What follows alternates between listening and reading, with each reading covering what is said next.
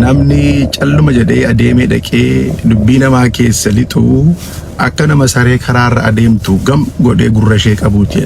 Biyya keenya kan balleessaa jiranii dhugaa dubbachuuf taanaan cibcaba waan beeknurraa haa dubbannu. Xibaartuu tokkoof gaafa rakkuttani xibaartuu guddaa gootu malee beekaan gootani.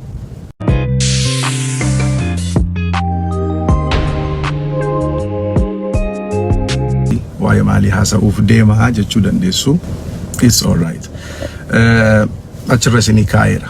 Macaafa faarfan macaafa fakkeenyaa chaapteroota lamaan tokko keessa barsi fudhadhee isinii kaa'eera. Suuta jedheera. Suuta jechuun baay'ee nama fayyada.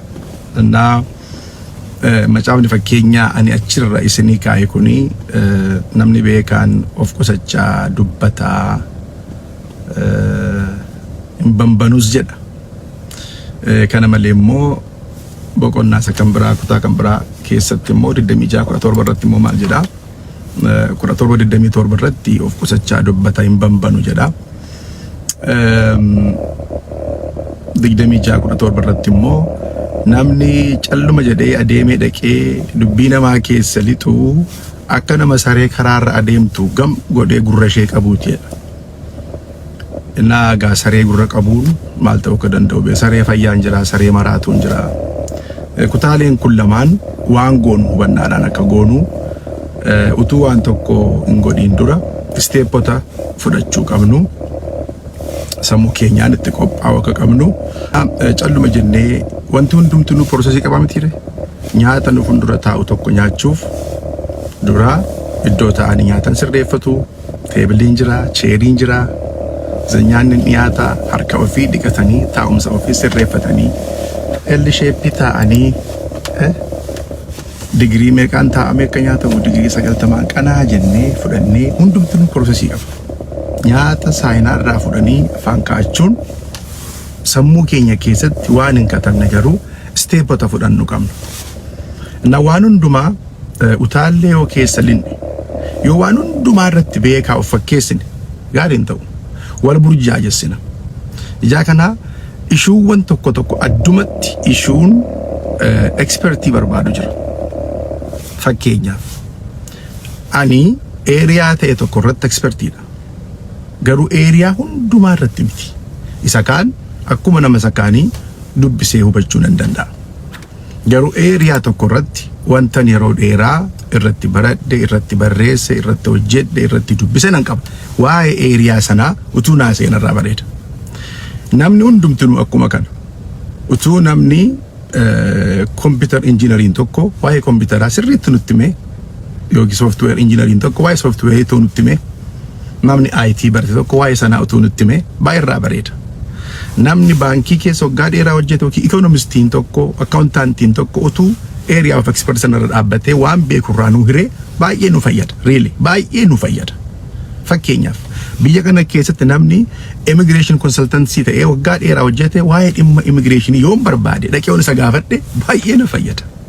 Lawyeriin tokko waa'ee seeraa dhaqee isa gaafadhe baay'ee na fayyada.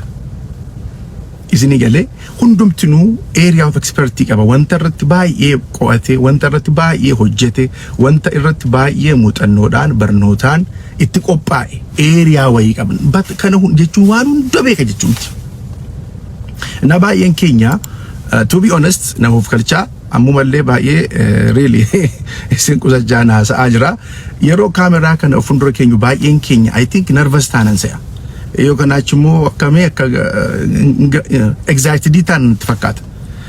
Baay'ee anxiety taana maaliif iskiriinii keenya gubbaa gaafa laallu nama 300 nama 400 nama 1000 taa'ee nu laala kun maal nu godhaa? Baay'ee nama guddaa ofitti nu fakkeesseetu nu shawwada beektu.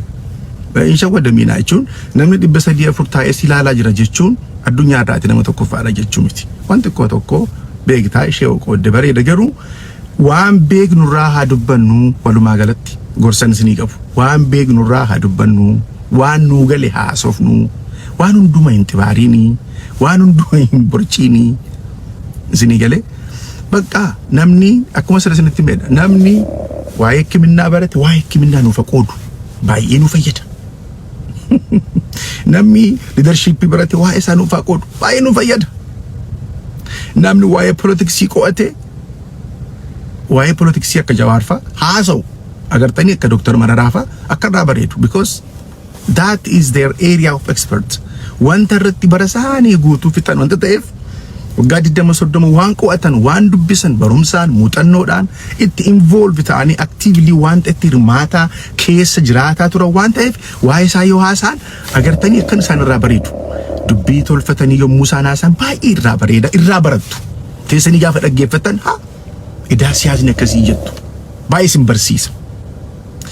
Garuu jara kana takkaa dhufanii waa'ee wangeelaa isaan waa'ee quraanaa isaan hin agartan keessan dhufan waa'ee area isaanii miti iddoo isaanii miti argitanii akkuma kana ijoolleen keenya baay'ee na of kalchaa ichaan haasala I respect you I love you garuu maalinni yoo an xibaarellee harka naan dhayina sirrii miti xibaartuu tokkoof gaafa rakkuttani xibaartuu guddaa gootu malee beekaan gootani qaalluu tokkotti deddeebitanii yoo kennaa laattaniif akka isheen bara ishee guutuu fagdu gootu malee ogeettiin taasiftani. Zinigale biyya keenya kan balleessaa jiru ani dhugaa dubbachuuf taanaan cibcabaar. Amma Facebookiin kun immoo laayikiin komentiin maaloo view amma kanaan qabaa minaamin it doesn't measure any of your mental capacity. Iddoo sammuun kee jiru nutti agarsiisu view nati Facebook irraa argattu. Laayikii namni kun miliyoonni dhufee naa godhe ana jechuun ana addunyaa irra number 1 jechuu miti. It means nothing. Homayyuu jechuu miti kun. Ijaa kana maa jedhama caafni fakkeenyaa nama sinii kaa'e jir namni beekaan of eeggataa dubbataa namni ogeessi hin bambanuu bal hin jedhu sanas kanas harkan kaa'u saree karaa deemtu gurran qabu namni ogeessi cal jedheedhuma dubbiin argame jedhee utaaleedhuma keessa lixu namuma cal jedhee waggaa 5-6 jireenya isaa jiraatutu ishuun tokko gaafa kaatu dubulluq jedhee laayivii taa'ee sautti ka'a waay sirrii miti isa dhugaa sirriitti ba sirrii miti.